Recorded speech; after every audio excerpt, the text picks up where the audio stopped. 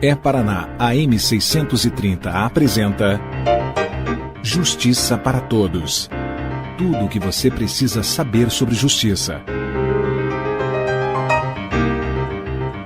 Um programa produzido pela Associação dos Magistrados do Paraná.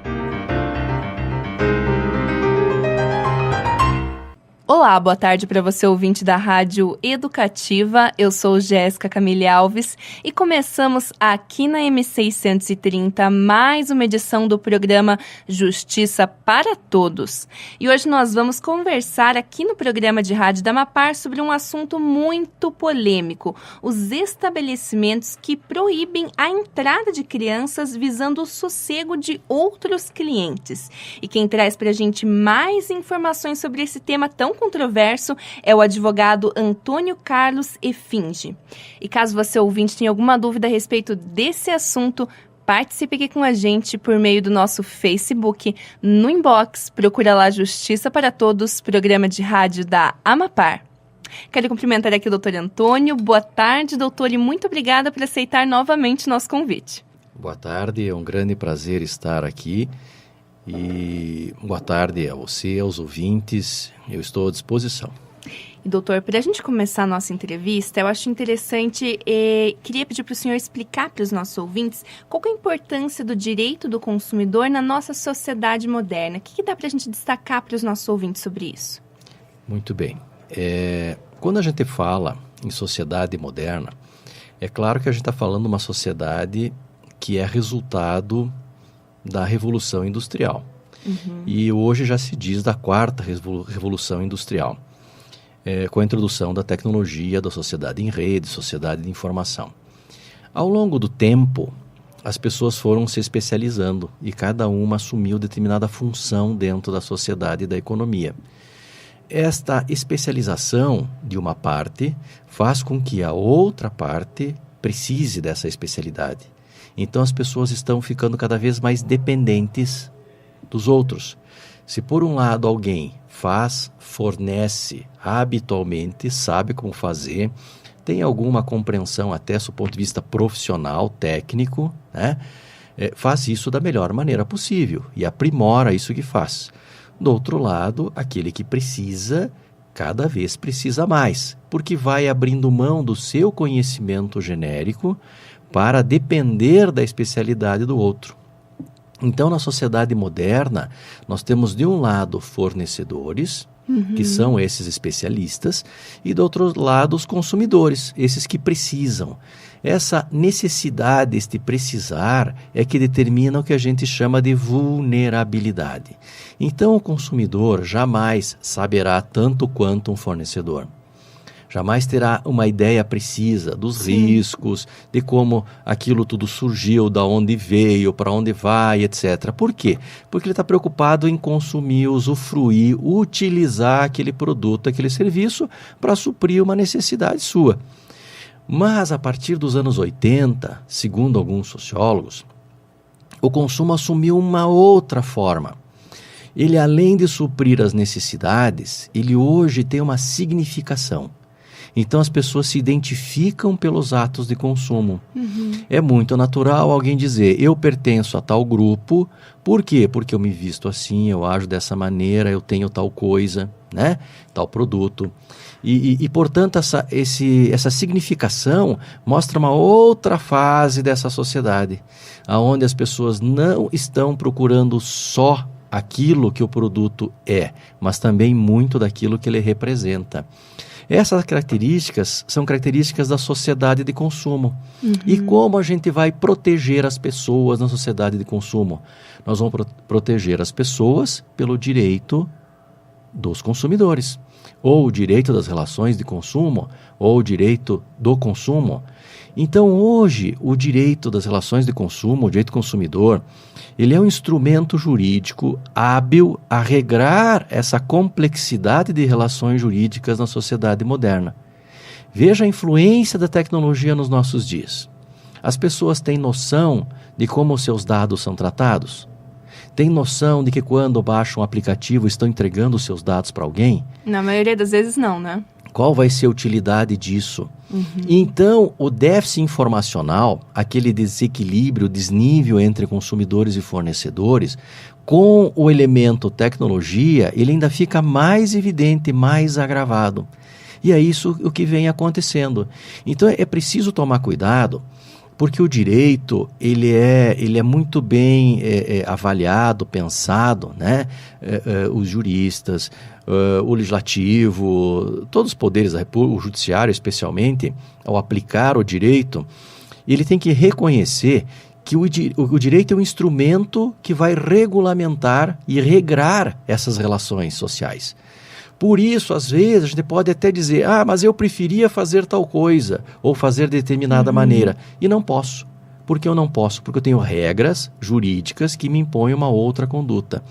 Na sociedade de consumo, isso vem se mostrando cada vez mais presente. Por exemplo, a questão ambiental. Mas eu gostaria, ou eu penso, né? Alguns pensam assim, eu poderia jogar o meu resíduo em qualquer lugar. Eu acho que pode. Porque ele é meu, né? Então, aonde eu jogo a bituca do cigarro, o copinho, o plástico descartável e tantas outras coisas, né? O papel, a embalagem. Ora, eu jogo no espaço público, o espaço público também é meu. Mas as coisas não são assim, porque hoje a questão ambiental, ela assumiu uma relevância muito grande e tende a aumentar. Então, na verdade, aquilo que a gente achava que podia fazer de qualquer maneira, existem regras nos dizendo, só é possível fazer assim. Se fizer de outra maneira, você já é passível de determinada sanção.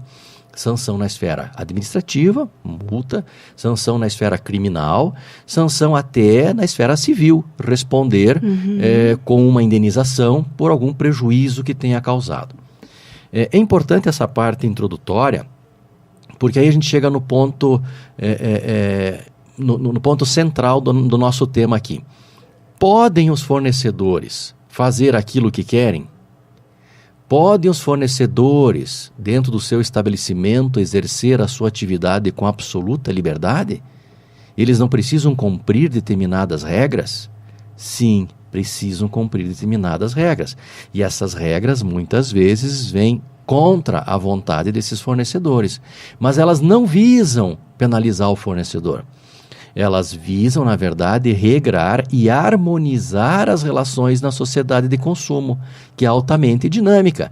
Então, nós podemos ter algumas regras defasadas, porque o direito não acompanha a dinâmica social. A dinâmica social, ela vai numa velocidade muito maior do que o direito. O direito é muito conservador, o direito é muito formal, a aplicação do direito é muito formalista.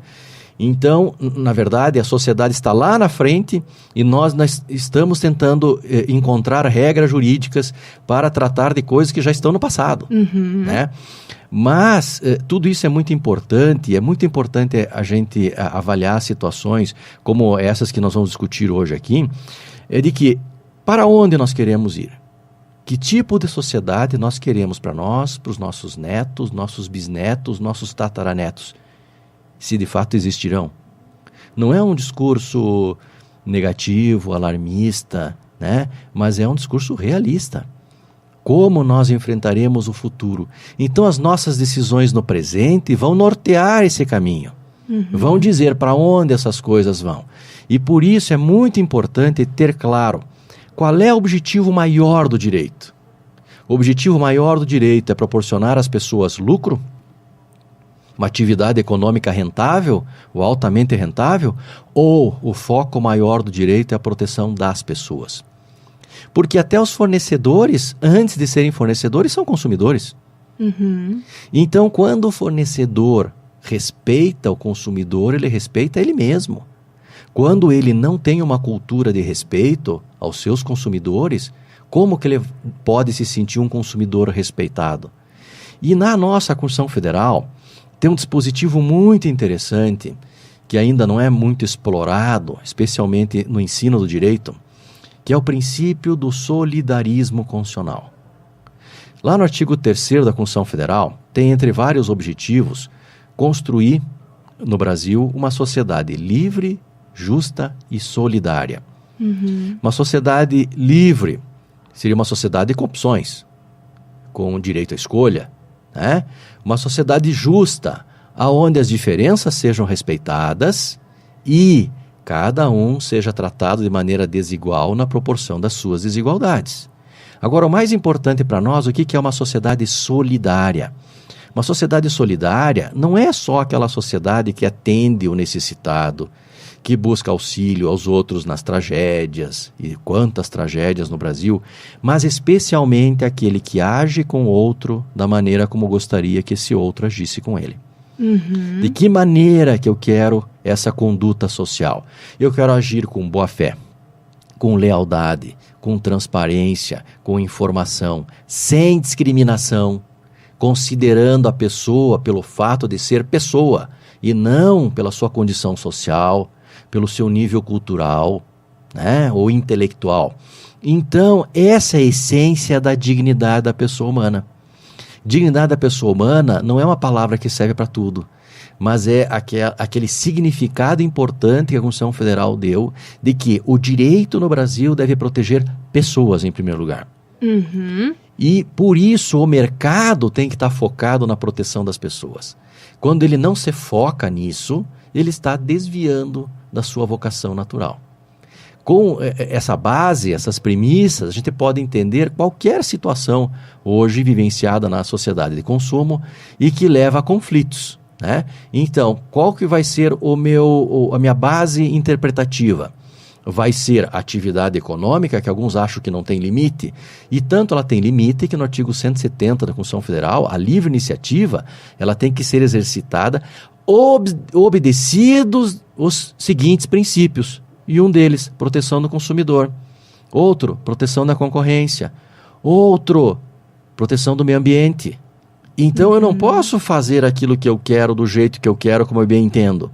Eu só posso fazer aquilo que de fato a lei permite. Né? A lei permite, ou os princípios permitem. E o que os nossos princípios dizem? Que tratar as pessoas de maneira igual, sem discriminação, é um fator muito importante para o nosso desenvolvimento enquanto nação. Doutor, muito interessante. E dentro desse contexto, e agora entrando no cerne da nossa entrevista, queria pedir para o senhor explicar para os nossos ouvintes quando que surgiu e quando que chegou no Brasil essa polêmica em relação à legalidade dos estabelecimentos comerciais proibirem a entrada de crianças visando o sossego de outros frequentadores. Desde quando isso tem sido discutido? Olha, nos anos 70, nos Estados Unidos e no Canadá, havia um sentimento da parte de muitos adultos que se sentiam discriminados pela escolha de não ter filhos, né? E veja, estamos falando aqui de não é tanto tempo atrás, tendo em vista a própria história da civilização. Isso é bem recente. Veja como mudou. Como de lá para cá, na verdade, muitos casais têm a opção de não ter filhos, ou um filho, 2 filhos, como era a configuração da família na época. Mas é claro que, e é natural, que a sociedade veja o diferente de maneira diferente, né? E esse é o nosso desafio, nós temos que vencer isso, porque o diferente tem o direito de ser diferente. Então hoje se fala tanta coisa de inclusão, de não discriminação, não segregação, etc. Mas nós temos um DNA ainda impregnado desses valores, desses pré-conceitos. Vencer isso não é fácil. A gente só vence isso pela educação. Mas se por um lado, então, lá atrás era estranho os casais não terem filhos, eram vistos com maus olhos, hoje já muitos casais que não têm filhos, e alguns preferem fazer opção por um pet, por um animalzinho de estimação, já vem aqueles que têm muitos filhos como um atrapalho. Então houve uma inversão, né? Eu vou em determinado lugar, eu quero sossego, eu não quero barulho, eu não quero gritaria, eu não quero choro. E isso é inevitável, porque a gente vive numa sociedade plurima, múltipla. Então é natural a convivência, e aliás, é extremamente saudável a convivência com crianças, né? É inevitável. Porque quando a gente não encontrar mais crianças, significa dizer que a raça humana entrou em declínio e está a caminho da extinção. Então, claro, ninguém quer pegar um voo de 14, 16 horas, né, e ter uma criança com dor de ouvido, ou não se sentindo à vontade e chorando o tempo inteiro, enquanto tiver fôlego. Mas é inevitável. Então, o que é preciso fazer? É preciso que as pessoas entendam que essas situações, né, são desconfortáveis, mas todo mundo está sujeito a elas. O risco que nós temos hoje em dia, um hedonismo muito grande, as pessoas estão muito focadas no seu autoconforto, naquilo que é a minha necessidade imediata. Aliás, Bauman fala, né, que nós vivemos uma sociedade líquida, onde tudo é muito fluido, muito rápido, instantâneo. Então, naquele momento, eu quero as coisas daquela maneira. Isso não quer dizer que num segundo momento eu já não tenha mudado de ideia.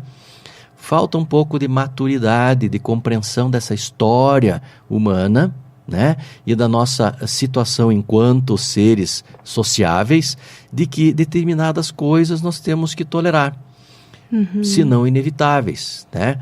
Mas daí, como hoje já se fala em alguns lugares livres de criança, ou alguns estabelecimentos onde o ingresso de criança não seria permitido, nós temos que avaliar com cuidado caso a caso. Por quê?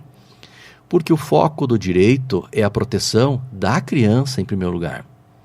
Então, se de fato esse ambiente é um ambiente perigoso para ela, justifica-se algum tipo de impedimento. Agora, se não é, se é um ambiente onde se convive e todos devem ter acesso, não se justifica o impedimento desse ingresso para gerar mais conforto aos outros. Por quê? Porque agindo assim, nós começaríamos a justificar a discriminação e a segregação.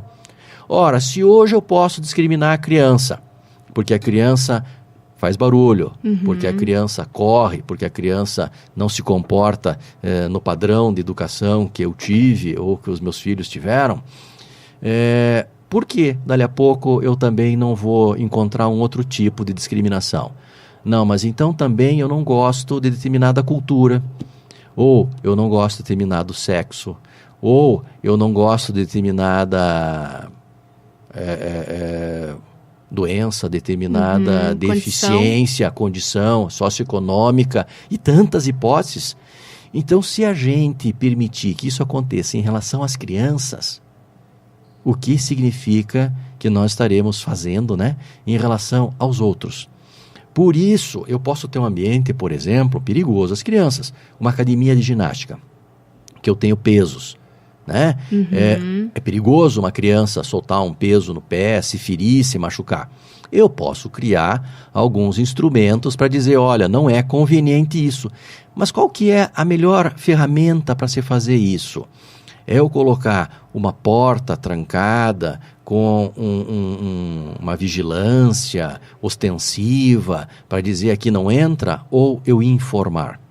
A informação é um instrumento espetacular e é na informação que a gente tem que investir. Então eu tenho certeza que um estabelecimento onde seja justificável o não ingresso de uma criança, ele deve fazer isso de maneira ostensiva, colocando uma grande placa, um grande cartaz na entrada do estabelecimento para explicar o porquê. O que vai desmotivar os pais responsáveis a quererem ingressar lá. Mas claro que nós também temos a hipótese de alguém irresponsável dizendo, não, mas o meu entra. Aí vem um outro momento, que é, depois da informação prestada, como reforçar essa informação de maneira positiva, né? Então é preciso sim que, se houver uma tentativa de ingresso, alguém pondere, olha, mas veja bem, não é conveniente, não é salutar, por isso, por aquilo, e explique novamente. Por quê? Porque mesmo uma grande placa, mesmo um grande cartaz, pode essa informação não ser eficiente. E a informação nunca é demais. Então, quantas vezes eu tenho que reforçar a informação? 1, 2, 3, 5, 10, 100, 200? Não sei. Vai depender de quem é o destinatário da minha mensagem. Existem pessoas que compreendem isso com mais facilidade, outras com menos. Então, cabe ao fornecedor, cabe ao interessado, cabe ao órgão público, se for o caso, explicar o porquê e reforçar o porquê. Porque se eu não tenho a informação e as pessoas se dirigem ao estabelecimento, e aí tem uma grande frustração, porque já estavam nos planos dessa pessoa, ou até da criança, ingressar lá, usufruir da alimentação, do ambiente, de qualquer tipo de coisa. Lembra que eu falei do consumo com significação.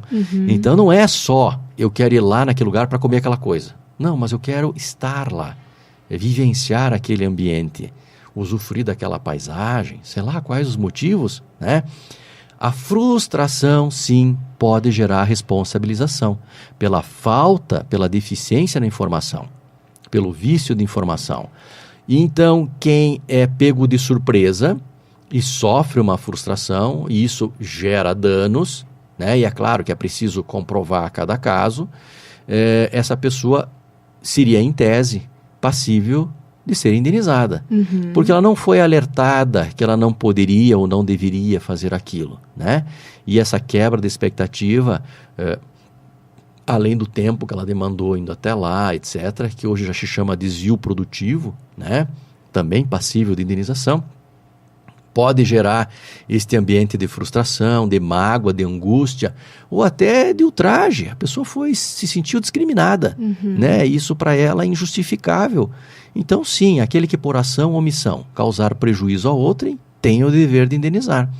É claro que isso vai para o judiciário, e lá o magistrado, a magistrada experiente, com essa experiência social e com essa visão de que o direito deve proteger as pessoas, fará a imposição do direito no caso concreto. Doutor Antônio, dá para a gente dizer então para os nossos ouvintes que essa prática de proibir a entrada de crianças nos estabelecimentos só para gerar mais sossego para os outros clientes, essa prática é ilegal? Existe então uma possível consequência jurídica para esses estabelecimentos que proíbem a entrada das crianças? Veja, da forma como você coloca as coisas, a minha resposta é perigosa. O que eu disse é o seguinte, é preciso avaliar caso a caso. Mas se tem algum estabelecimento, por exemplo, que não permitiria a entrada de criança para gerar mais conforto aos seus clientes, o que poderia ser feito, quem sabe, dentro do estabelecimento, com uma subdivisão, alguma outra estratégia. Tá? Aqui é só a título de exemplificação. Está fazendo isso em benefício de quem? Das crianças? Em benefício dos adultos? Está fazendo isso em proteção das pessoas? Ou visando maior lucratividade? Tentando encontrar um diferencial no mercado, né? Se o foco não é a proteção das pessoas, o direito não tende a dar guarida a isso. Por quê? Porque a proteção tem que ser das pessoas. Então é preciso que se justifique muito bem. Não, mas nesse ambiente, por exemplo, tem um show, sei lá, que não é aconselhável as crianças presenciarem. Bom, isso é uma justificativa, porque nós temos a classificação etária, né? Então, tudo depende da situação. Mas em termos gerais, me parece, e existem clubes também, né? Clubes fechados. Quem que frequenta um clube fechado, um clube de gastronomia, por exemplo? Os seus sócios. Então existem formas de empreendimento que não causam esse impacto social. Por quê? Porque são pensados para serem assim. Então, se todos os associados daquele clube se portam daquela maneira, está dentro dos seus objetivos, esse tipo de conduta, aí os demais que não integram essa conduta, e claro que a gente poderia ver se o ingresso nesse clube tem algum tipo de discriminação ou não, etc. Mas vamos dizer que tem aqui um interesse associativo. Eu só me associo àquilo que de fato eu tenho interesse de ficar associado, né? Permanecer com os outros. Se dessa maneira eu estou dentro de um recinto, de uma comunidade que pensa da mesma maneira, não haveria problema. O problema está em discriminar o outro, né? Especialmente aquele que não foi informado a respeito dessa situação. E doutor, a gente já tem algum tipo de jurisprudência sobre esse assunto? Então, nós temos jurisprudência não especificamente sobre esse assunto, mas nós temos jurisprudência que trata de discriminação de consumidores. Um caso típico, por exemplo, era aquele, só aceitamos cheques de clientes com determinado tempo de abertura de conta. Claro que hoje o cheque já está em desuso, eu sei que esse é um exemplo um pouco antigo. Mas por quê? Se eu sou cliente de um banco, se eu sou um cliente recente e um cliente antigo, não vem ao caso. O banco me deu um talão de cheques e eu posso utilizá-lo. Então, aí está se fazendo uma discriminação negativa, né, de quem é um cliente mais antigo para um cliente mais recente. Existem decisões dizendo que isso é incabível. Não haveria por que esse tipo de discriminação. Eu só estou dando aqui um fio condutor de como é possível enfrentar esse tema, né? Agora, discriminar a criança pelo fato dela ser criança ou discriminar os pais acompanhados da criança, eu diria que é uma situação bem complicada. E, doutor, como que outros países lidam com esse assunto? O senhor poderia dar algum exemplo para os nossos ouvintes? Então, outros países, de novo, aí é uma questão muito cultural, né? E alguns países até, eles não investem tanto em formação porque partem da premissa de que o seu povo tem um nível cultural mais elevado e já compreende algumas coisas, mesmo que não precise se reforçar. A nossa Constituição Federal reconhece que o Brasil é um país pobre e ignorante, porque quer erradicar a pobreza, o analfabetismo. Ora, se é um país pobre e ignorante, é claro que a gente precisa informar muito mais, né? Sim. Então, em outros lugares, determinados estabelecimentos praticam isso e as pessoas têm menos resistência porque já são mais informadas a respeito. Mas eu gostaria de trazer para você um aspecto interessante aqui do direito brasileiro. Nós temos um projeto de lei desde 2004, né, que está em tramitação no Legislativo e que quer justamente tratar como prática abusiva qualquer impedimento de acesso. Recusa de atendimento, exposição, constrangimento, etc. Este projeto de lei ainda está em tramitação, mas eu diria que ele é redundante, porque na parte principiológica do nosso Código de Defesa do Consumidor já se diz que o consumidor deve ser tratado, né, de maneira solidária, de maneira responsável, e as obrigações do fornecedor já são a de informar adequadamente, né, sempre melhorando a sua atividade para harmonizar cada vez mais as relações entre fornecedores e consumidores. Então, eu diria, esse projeto é mais uma evidência de que no Brasil a gente não consegue pensar um direito principiológico. O acadêmico, ele conclui a faculdade buscando um texto de lei exato para a solução do seu problema, do seu caso concreto. E nós não temos como prever em texto legal positivar toda essa realidade. Então, isso faz com que o nosso operador do direito precisa ter um pouco mais de compreensão, um pouco mais de preparo inclusive filosófico, sociológico, né? Para compreender as coisas além do escrito. E entender e até orientar quando for chamado de que esse tipo de conduta no campo econômico pode até gerar algum benefício, mas no campo humano, social, não me parece razoável. Nós conversamos hoje aqui no estúdio da Rádio Educativa com o advogado Antônio Carlos Effindi, que é presidente da Comissão de Direito do Consumidor da OAB Paraná. Ele trouxe para você, ouvinte, mais informações sobre a polêmica de estabelecimentos comerciais que proíbem a entrada de crianças. E caso você, ouvinte, tenha ficado com alguma dúvida a respeito desse assunto, participe aqui com a gente por meio do nosso Facebook. No inbox, procura lá Justiça para Todos, programa de rádio da Amapar.